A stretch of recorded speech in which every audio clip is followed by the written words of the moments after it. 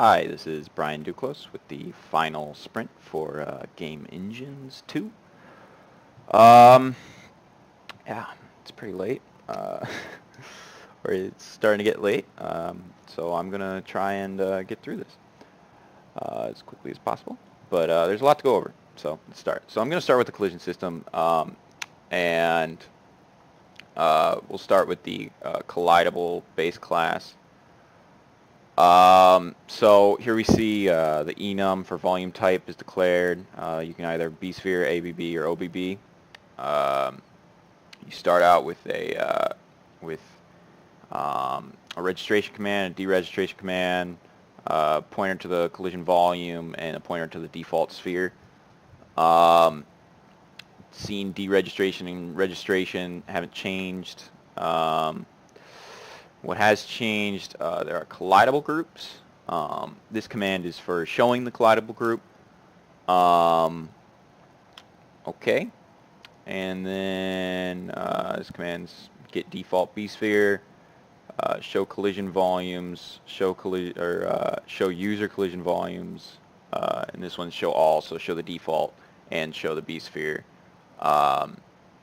Yeah. So, oh, and the group AABB in the show all. And these are all called by the user for debugging purposes. So here's the set collider model. So you choose the model, volume type. Based off the switch statements, it puts in what collision volume should be your default, or your user volume, and then your default B-sphere. There's the update collision model.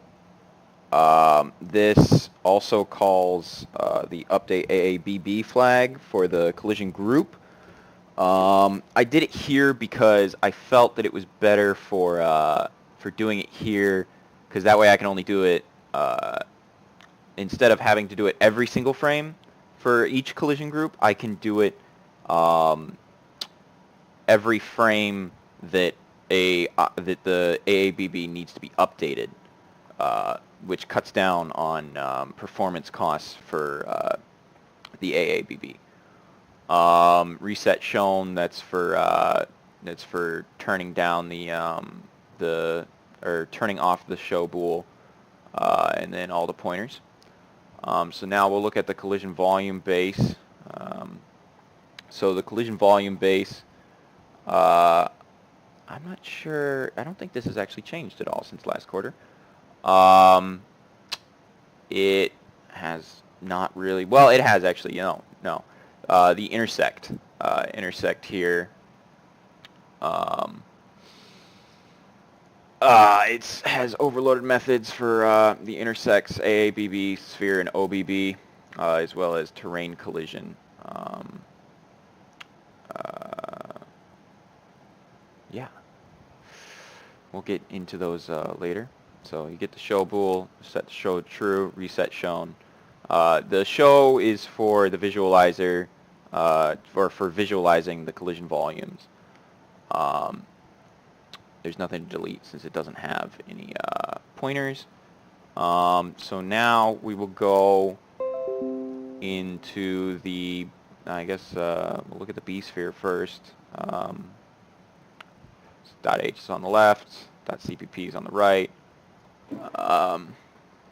So obviously all it does is it stores a vect and a float radius. It has two constructors. You can construct it off of a point and a radius, or you can construct it off of a model. The compute data function, obviously just for updating the data, that's over here. Yeah, I should probably go a little faster, otherwise this video is going to take years. The intersect. This is used for the visitor pattern for the intersection. So we take in a collision volume and then call intersect using this on the other object. And then after that we call the math tools on the math tools intersect function on that volume. We'll be taking a look at the math tools in a little bit. Yeah, the debug view, show B sphere, get center, get radius. Only things it stores are a radius and a center. So now let's look at the AABBs. The AABB is for, well, obviously you know what it's for. Anyway, this stores a vec min and max and is derived from the bounding box base class, as we can see right there, which is the same as the OOBB. Yeah, I'll just scroll through real quick so you can see all of this. It used the same visitor pattern as the B sphere, and it only has to update the min and the max. Since those are global values, it has to store a different min and max than the OOBB, because these are kept in global space instead of in local space. The OOBB, I will show you this next. So the OOBB is derived from the collision bounding box base. It does not have basically anything in its constructor, basically just because the collision bounding box base is basically an OBB. So it basically just calls methods in there. Yeah. Delete the big four, except for this one, obviously. Then the CPP, very simple. It's basically just calling to the math tools in all of these. Now let's look at the bounding box base. So the bounding box base, this is where a lot of the magic happens for the OBBs and the ABBs. There's a lot of methods here for grabbing stuff from it, such as the up access, the forward access, left access, updating the data over here. So this is updating the OBB data. I went with the half diagonal method. I tried using the array method, honestly, at first, and it just did not work. And the it uses fring class OBB and fring class AABB to be able to get at these methods for when they need them. Yeah, this min point and and the max point are stored in local space. So yeah.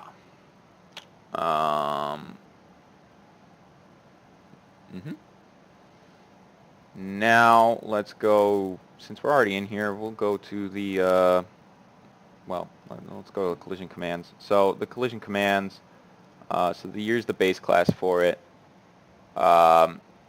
It stores a reference to a vect for color and no collision color.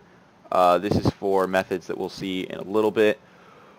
For getting the or for constructing easily showing collisions between objects and groups of objects. So get show returns the show bool. Get collision color returns the collision color for the class. Hide collisions. Get no collision, or get the no collision color. Constructor for the show collisions. Or actually, that's not a constructor. That's just a method that sets the show collision colors. Execute. Obviously, nothing is done in this class for that because it's done in the other collision tests pairs. Yeah.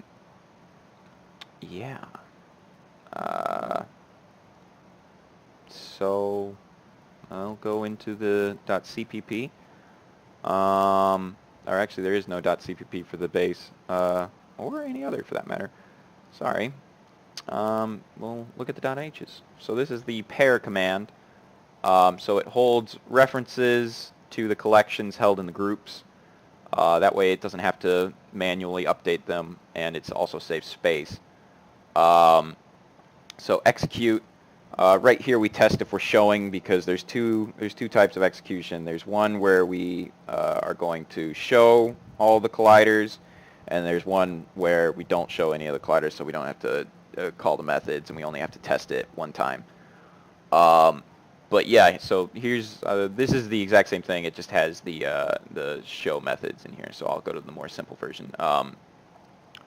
So we have the tiered collision in place here, where we get the group AABB, then we get the default B-sphere, and then after that we test the user-based volumes based on giving the math tools the collidable, and the math tools gets the user selected volume, and then it uses that to use the visitor method, or the visitor pattern. Constructor, destructor, it doesn't own the collections, so there's nothing to delete, and then resetting the show bools each frame. So now let's go to the self. The self test is set up the same way with the showing. And instead of using the group AABB, since it's in the same group, it's obviously going to be colliding with the AABB, so we skip that test. Go straight to the B-sphere. If the B-sphere collides, we go straight into the other intersection. And there's the collision, and there's the tiered testing. We got the default constructor, override constructor, reset show. Yeah. And then the collision test terrain command. So this also only holds one collection. Same with get show. It tests, or it basically just goes in and calls the ground collision. And this is the check ground collision is we'll go here. Gosh darn it. Why isn't it? Oh, you know what? It's because this is such an error. It's an abstract class, so it won't be able to get the definition in here. But when we look at the terrain, we'll see that method. So yeah.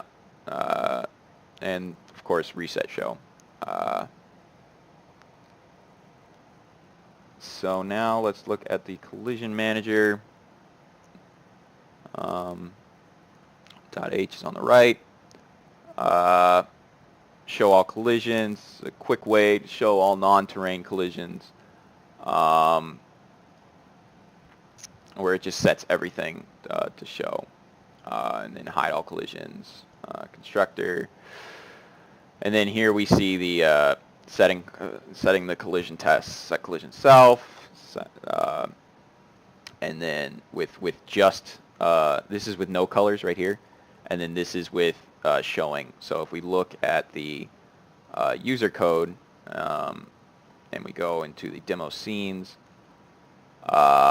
we can see that if there's two method calls basically. So you set collision pair. This is if you don't want to see the collision.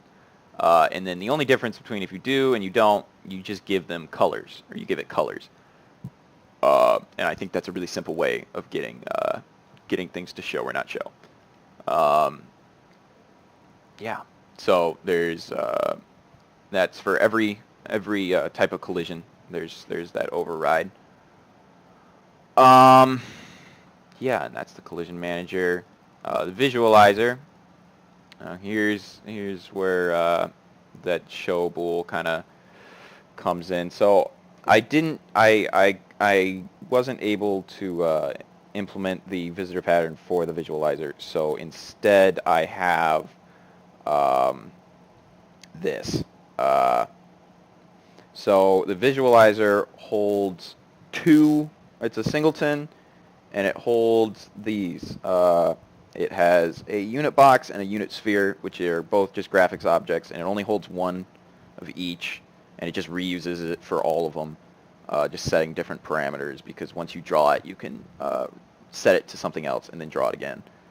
or render it again. It also has a default color. The methods for rendering the B sphere, the AABB and the OOBB, or the OBB, privately. So nobody calls these but the visualizer.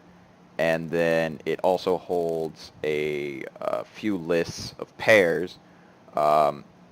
So the first three are the actual collision volumes, and then the last two are like custom-made ones, so you can just put in a couple of vects, and you can make a box, or you can put in a vect and a float and another vect, and you can get a sphere. And that's shown. These methods are right here. You can cancel the rendering for the scene, so that's done. If the scene's ending, we can just cancel the rendering, deletes all the volumes, or deletes all the things. So these are the private methods. These are, this is the render all function. So it basically just goes through the lists and calls the private render on all of them. It then clears the lists. It doesn't have to delete anything because they're all just references. So there's no issue on size that way, or on memory leaks, I should say. Yeah, so that's the visualizer, and I think that just about does it for the collision system. I will show you it though in action. I'm going to go ahead and change the game really quick though, so that I'm not having to verse 200 tanks instantly. So we will go building tank body, and we'll actually we'll show the collision with the terrain, and we'll show the collision with buildings. We'll go red and green. So let's go ahead and start this up. Hopefully I didn't accidentally type anything, and then it won't crash my game.